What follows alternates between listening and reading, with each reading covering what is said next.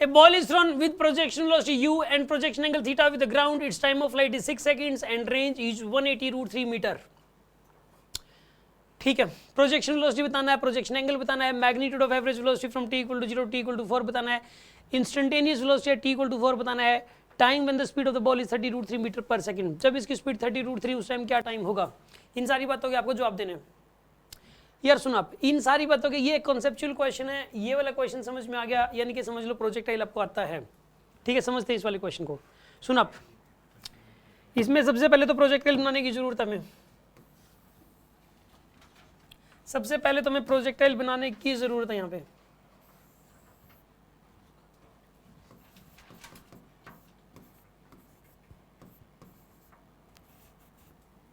यहाँ पे projection velocity u, projection angle कितना है यहाँ पे थीटा. प्रोजेक्शन वेलोसिटी u है और प्रोजेक्शन एंगल कितना है यहाँ पे थीटा. थीटा की वैल्यू कितनी दे रखी है, 3 दे रखी ना, u दे रखा. क्या दे रखा है, time of flight. Time of flight और मैक्सिमम हाइट हमेशा ही वर्टिकल कंपोनेंट से निकलते हैं. किससे निकलते हैं, वर्टिकल कंपोनेंट से निकलते हैं. ठीक है ना. यहाँ पे आ जाएगा कितना, u cos theta. Vertical component क्या आएगा यहाँ पे, u sin थीटा जाएगा vertical component. u cos theta और वर्टिकल कंपोनेंट क्या आएगा यहाँ पे, u sin थीटा. ठीक है ना. इसके अंदर जो है ना, यहाँ पर एक बात बताइए आप, वर्टिकल कंपोनेंट जितना भी होगा लेकिन टाइम ऑफ फ्लाइट 6 सेकंड है. तो ये जो शेडो है, वर्टिकल वाली शेडो, इसको ऊपर जाने में 3 सेकंड लगे होंगे और नीचे आने में भी 3 सेकंड लगे होंगे. ऊपर जाने में अगर 3 सेकंड्स लग रहे हैं, इसका मतलब वर्टिकल वेलोसिटी कितनी रही होगी, 30. वर्टिकल वेलोसिटी 30 रही होगी. ठीक है. यहाँ पर जो वर्टिकल वेलोसिटी रही होगी वो जरूर 30 रही होगी. ये वाली वेलोसिटी कितनी है बताइए, यहाँ पे 30 है. ये वर्टिकल वेलोसिटी 30 है. वर्टिकल वेलोसिटी तो पता लगी, मतलब u sin थीटा की वैल्यू पता लगी. यहाँ कहीं लिख लेता हूँ मैं, u sin theta is equals to 30 metre per second. तो इससे तो मैक्सिमम हाइट भी आ जाएगी. अब 30 का square by 2g, maximum height कितनी हो जाएगी इसकी, 30 का. लेकिन पूछी नहीं इसने मैक्सिमम हाइट, निकाले कर भी क्या लोगे. ठीक है ना. कोई बात नहीं भाई, निकाल तो ले भाई, मन की तो पूरी हो जाएगी इसमें. तो क्या हो जाएगा यहाँ पे 45 मीटर. भाई मैक्सिमम हाइट तो निकाल दी लेकिन पूछी नहीं, वो अलग बात है. ठीक है. पूछता तो हम तुरंत टिक मार्क कर देते. ये तो किस्मत नहीं थी अच्छी. अच्छा अब सुनो, रेंज क्या होता है, range horizontal velocity into time of flight. Time of flight कितना है 6.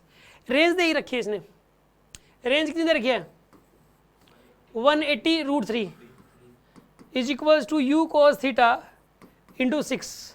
तो u cos थीटा की वैल्यू कितनी आ जाएगी बताइए यहाँ से. u cos थीटा की वैल्यू आ गई. अब एक बात बताऊँ, हॉरिजॉन्टल कंपोनेंट आ गया, वर्टिकल कंपोनेंट आ गया यार, अब सब कुछ निकल जाएगा. अब कोई प्रॉब्लम नहीं है. देखो अब हॉरिजॉन्टल कंपोनेंट पता है और वर्टिकल कंपोनेंट पता है, और नेट वेलोसिटी निकालनी हो तो कैसे निकलती है आपको पता है ना. हॉरिजॉन्टल कंपोनेंट का स्क्वायर, देखो नेट वेलोसिटी निकालनी हो ना, नेट वेलोसिटी निकालने के लिए vx का स्क्वायर मतलब हॉरिजॉन्टल वेलोसिटी का स्क्वायर प्लस में वर्टिकल वेलोसिटी का स्क्वायर पूरे का रूट, ऐसा करते हैं हम लोग. अगर प्रोजेक्टाइल का हॉरिजॉन्टल और वर्टिकल कंपोनेंट पता हो तो नेट वेलोसिटी निकल जाती है उससे. करो आप इसको सॉल्व करो आप. 30√3. यार ये मक्खी कहाँ बैठी है इसमें.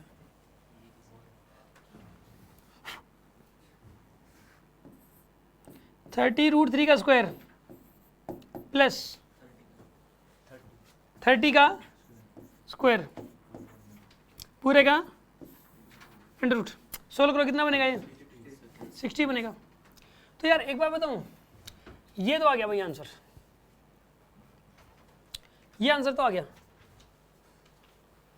समझ में आ गई होगी बात आपको. कोई शक है किसी को इस बात में.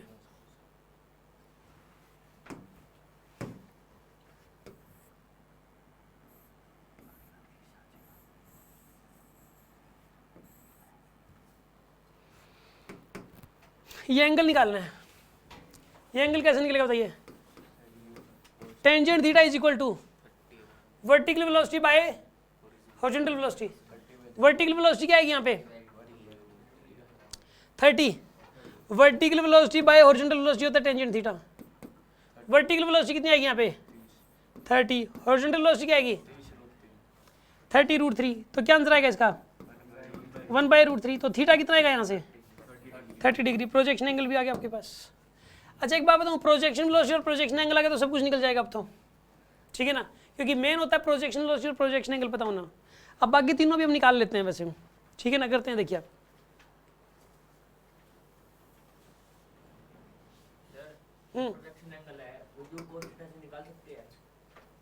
हाँ प्रोजेक्शन एंगल निकालना है तो u cos theta is equal to horizontal component में पता ही है, तो u cos theta is equal to जो हॉरिजॉन्टल कंपोनेंट है उसको इक्वेट कर दो, u की वैल्यू पता हो तो थीटा की वैल्यू आ जाएगी, या u sin theta equal to vertical component में पता है तो वहां से थीटा निकल के आ जाएगा, थीटा किसी भी तरीके से निकाल लो आप। एनीवे अब सुनो,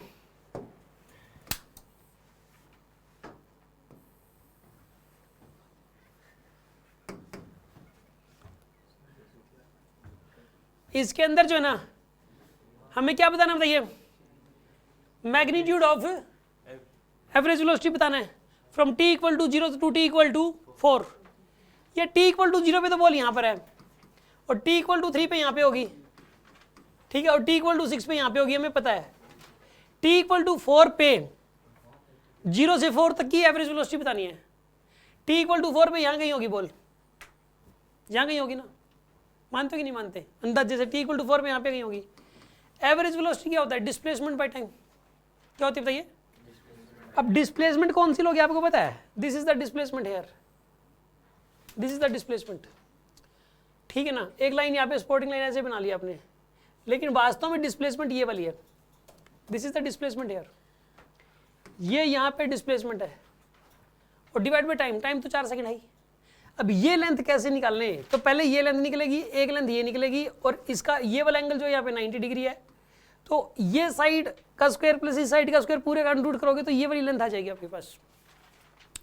यहाँ पर एक बात बताइए, इसकी जरूरत 4 सेकंड बाद कितनी हाइट पर होगी आपको पता ही है, कितनी, देखो पहली सेकंड में कितना ट्रैवल करेगी है 25, दूसरी सेकंड में बताइए 15, तीसरी सेकंड में 5, चौथी सेकंड में वापस 5 किलोमीटर और ट्रैवल कर जाएगी ये, तो यहाँ पे कहीं होगी, यानी कि 40 मीटर की हाइट पे होगी, ये वाली जो हाइट होगी ना ये 40 मीटर हो जाएगी यहाँ पे, समझ रहे हो बात को।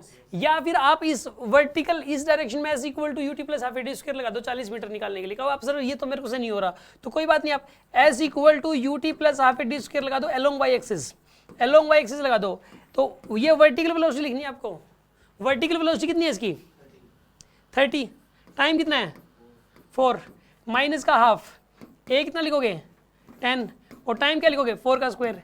जब आप इसको सोल्व करोगे तो भी 40 मीटर ही निकल के आता है, 40 मीटर, तो यानी कि ये वाली जो लेंथ है ये तो 40 मीटर आ गई आपके पास, ये आ गई ना 40 मीटर। हाँ जी, आपने नोट कर लिया होगा, मैं इसको रब कर रहा हूँ भाई, मेरे पास स्पेस थोड़ा कम है तो मैं इसको रब कर रहा हूँ। ये 40 मीटर कैसे आया, किसी को फोटो खींचनी खींच सकते हो आप।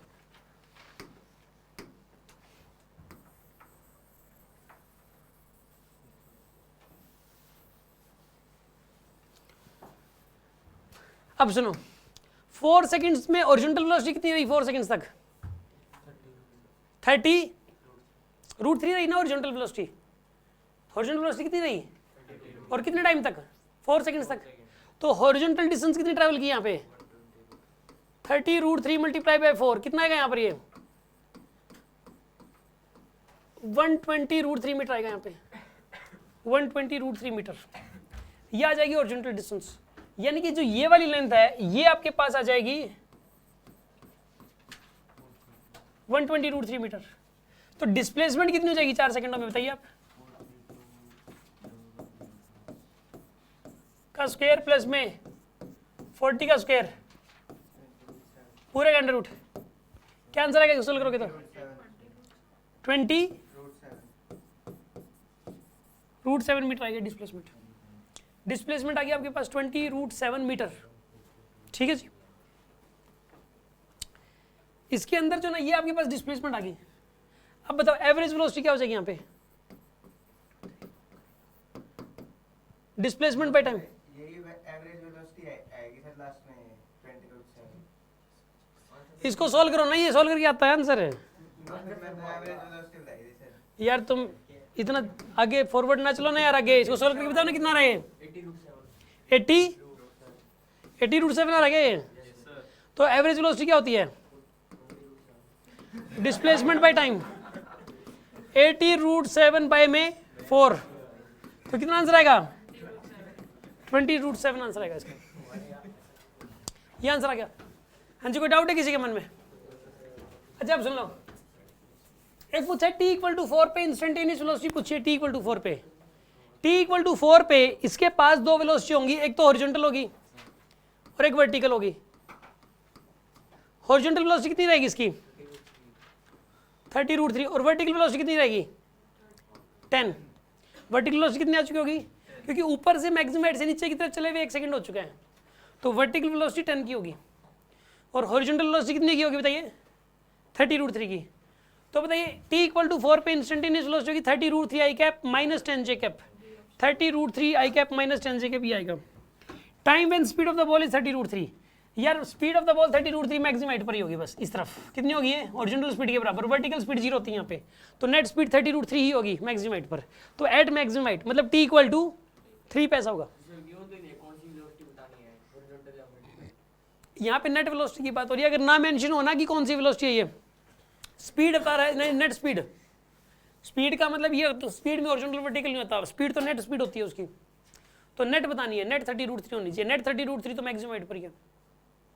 हाँ जी, बात समझ में आएगी नहीं आई आपको? किसी को कुछ पूछना है इस क्वेश्चन में?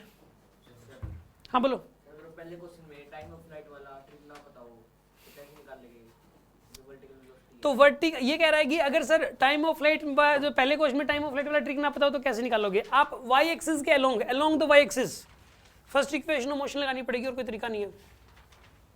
ये तो पता को 6 सेकंड्स है, मतलब मान लो टाइम ऑफ फ्लाइट का ट्रिक नहीं, ये तो पता करना चाहिए अगर 6 सेकंड्स हैं तो ये बात तो क्लियर है कि यहाँ से यहाँ तक 3 सेकंड और यहाँ से वाई एक्सिस के अलोंग शेडो को भी ऊपर यहाँ से यहाँ तक जाने में 3 सेकंड लगेंगे, अलोंग वाई एक्सिस 3 सेकंड लगेंगे बॉल को।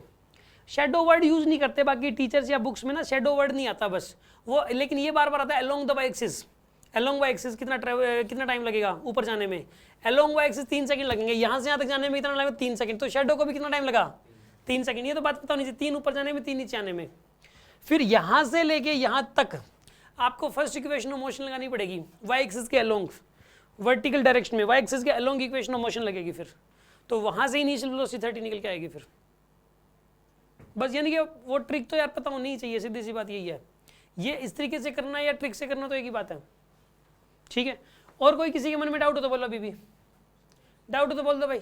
हाँ जी, तुम्हें डाउट करना बंद हो गया, डाउट क्लियर हो गया तुम्हारा? कोई डाउट भाई? ठीक है।